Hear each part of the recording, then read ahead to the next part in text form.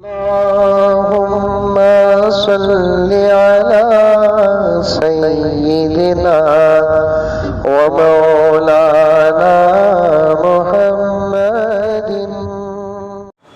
फिर मदरसे वाले, ये मदरसे वालों का तो मसला बड़ा अजीब है। लीजिए हजरत, एक हकीर सा लिख लियो हजरत, एक 25 रुपए लिखाओ, तुम्हें अदब से लिखाओ, एहतराम से लिखाओ। याद रखो, ये मदरसे वालों का शुक्रिया अदा करो। रमजानुल मुबारक में अगर 200 मदरसे वाले आकर तुम्हारे पास से ज़कात ले रहे हैं, अगर ये ना आए तो तुम ज़कात नहीं दोगे, तो फिर तुम्हारी ज़कात का वबाल तुम्हारे ऊपर पड़ जाएगा। जाकर देना था मदरसों को। अब ये तुम्हारा ज़र्फ नहीं है, तुम्हारी ताकत, तुम्हारी ख्वाहिश, तुम्हारी खिदमत नहीं है, तुम जाकर देना था ज़कात। वो वक्त आने से पहले ज़कात देकर मर जाओ। मेरा जुमला सख्त है, बर्दाश्त करो, मैं हदीस का तर्जुमा कर रहा हूँ। वो वक्त आने से पहले ज़कात देकर मर जाओ। एक ज़माना वो वक्त गुजर गया था, बीच में वक्त ख़राब आया, अब फिर वो वक्त आने वाला है। वो ज़माना कब गुजरा? उमर बिन अब्दुल अजीज़ का दौर था। ज़कात हुकूमत उसूल करती है। उमर बिन अब्दुल अजीज़ कहते हैं कि जाओ पूरे मुल्क में गरीबों को तकसीम करके आओ। ज़कात लेकर जाने वाले कारिंदे ज़कात लेकर आते हैं, कहते हैं कि अमीरुल मोमिनीन ये गरीब भी नहीं मिला, ज़कात वापस आ गई। उमर बिन अब्दुल अजीज़ हाथ पकड़ कर बैठ गए। अल्लाह, गरीब का ना होना क़यामत की अलामत है। कहा दूसरे मुल्क को जाओ, वहां भी नहीं है। और एक मुल्क को जाओ, वहां भी नहीं है। इसे तमलीग करके ज़रूरत पर इस्तेमाल करो। अमीरुल मोमिनीन तमलीग भी करते हैं, कोई अपनी ज़रूरत बोलने वाला भी तैयार नहीं है। अमीरुल मोमिनीन कहते हैं काम करो, क्या करें ये पैसा रखकर, इससे गेहूं और अनाज खरीद कर पहाड़ और जंगलों में डाल कर आओ, ताकि जानवर तो फ़ायदा हासिल कर लें। ये दौर गुजरा और आइंदा दौर आने वाला है। इतना फरावानी का दौर आने वाला है कि लोग सुबह को लेकर ज़कात निकलेंगे, शाम तक कोई गरीब नहीं मिलेगा, ज़कात के साथ वापस आ जाएंगे। वो वक्त आने से पहले ज़कात दे दो, दे दो ज़कात, हिसाब कर करके दो। ज़्यादा हो जाए तो दे दो, क्योंकि ज़कात से नुकसान नहीं, ज़कात से कमी नहीं है। और ख़ास तौर पर मदरसे वाले, क्योंकि आइंदा जुमा मुझे रमज़ान की ईद और उसके मुताल्लिक़ात पर बात करना है।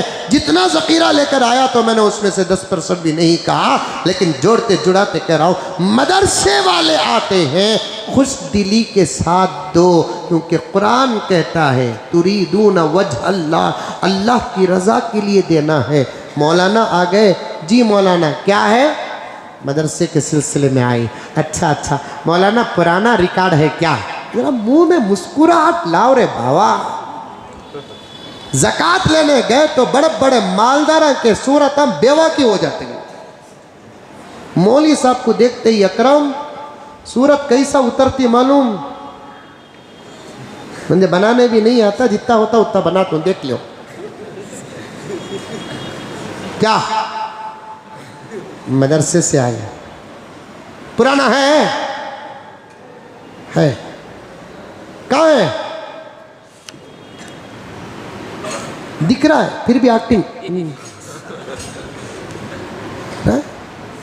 हाँ लिख लो, कातिबी जर्रा इजाफा लिखो भाई। ये भी देने का नहीं था, फिर भी क्या कि हाई बोल को दे रहा हूँ। क्या एहसान कर रहा है? एहसान तो उन्हें कर रहा है जो 2000 किलोमीटर सफ़र दूर करके तेरी ज़कात लेने आया है। 500 किलोमीटर सफ़र करके तेरी ज़कात लेने आया है। 200 किलोमीटर दूर सफ़र करके ज़कात लेने के लिए आया है। 10 किलोमीटर दूर सफ़र करके आया। तू तो बाथरूम को भी फॉर्च्यूनर में जाता, वॉशरूम को फॉर्च्यूनर में जाता है।